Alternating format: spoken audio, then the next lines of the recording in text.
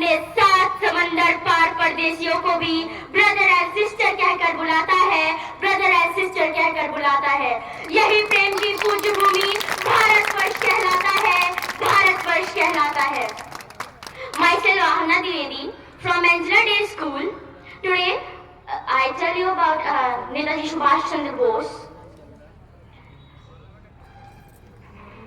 है समय बड़ा तूफान प्रबल, है समय बड़ा तूफान प्रबल, पर्वत झुक जाया करते हैं, अक्सर दुनिया के लोग समय में चक्कर खाया करते हैं। लेकिन कुछ ऐसे होते हैं, लेकिन कुछ ऐसे होते हैं जो इतिहास बनाया करते हैं।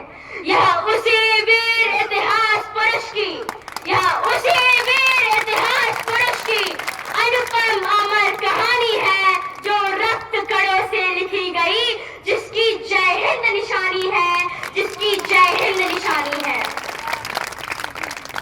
आज हम यहाँ पर एक ऐसे महान क्रांतिकारी की जयंती मनाने के लिए एकत्रित हुए हैं, जिनका नाम सुनते ही दिल में देशभक्ति की आग जलती है, जिनकी आवाज आज भी हमें झकझोर देती है। जी हाँ, मैं बात कर रही हूँ महान क्रांतिकारी नेताजी सुभाष चंद्र बोस जी की।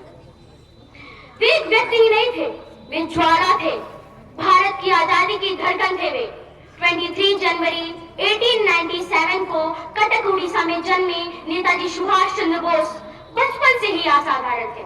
उन्होंने आईसीएस जैसी प्रतिष्ठित नौकरी भी पास की, लेकिन अंग्रेजों की नौकरी उन्हें स्वीकार ही नहीं थी।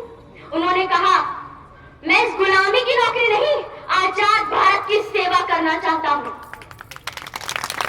सोचिए, जब पूरा देश एक डर के साए में जी रहा था, तब नेताजी सुभाष चंद्र बोस ने खड़े होकर कहा कि तुम मुझे खून दो, मैं तुम्हें आजादी दूंगा, कि तुम मुझे खून दो, मैं तुम्हें आजादी दूंगा।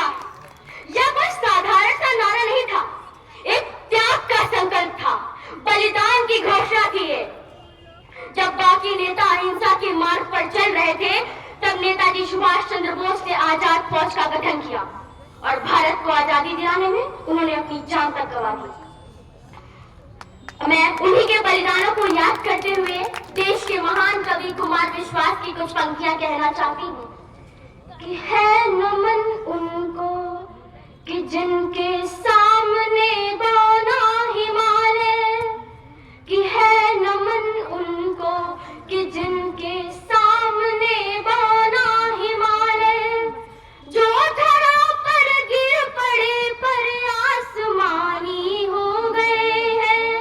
है नमन उनको पिता जिनके रक्त से उज्जवल किया कुल वंश माथा, माँ वही जो दूध से इस देश की रज तौल आई, बहन जिसने सावनों में हर लिया पतझड़ स्वयं ही, हाथ ना उलझे कलाई से जो राखी खोल आई।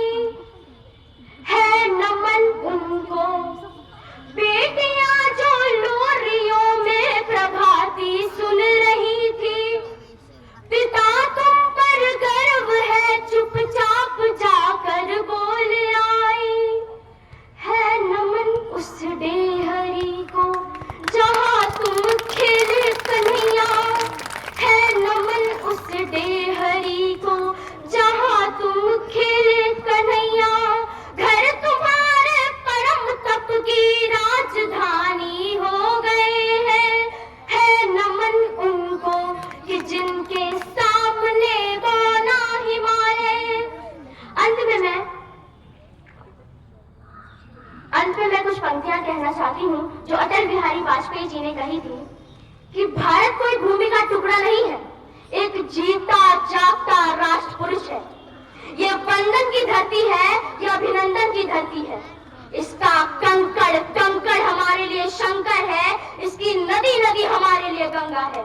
इसका कंकड़ कंकड़ हमारे लिए शंकर है, इसकी नदी नदी हमारे लिए गंगा है। अगर हम जिएंगे तो इस भारत के लिए,